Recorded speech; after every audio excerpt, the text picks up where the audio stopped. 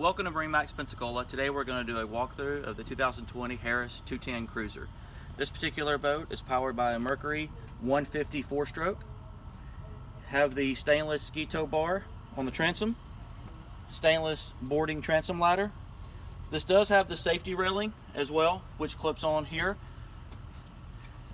This is the popular L-shaped seating, plenty of storage in the back with a cover.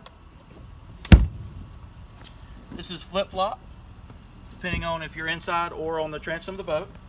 Got a walk through here. You'll see plenty of seating here in the cockpit with LED lights in the cup holders and a place to keep cell phones and things out of the sun.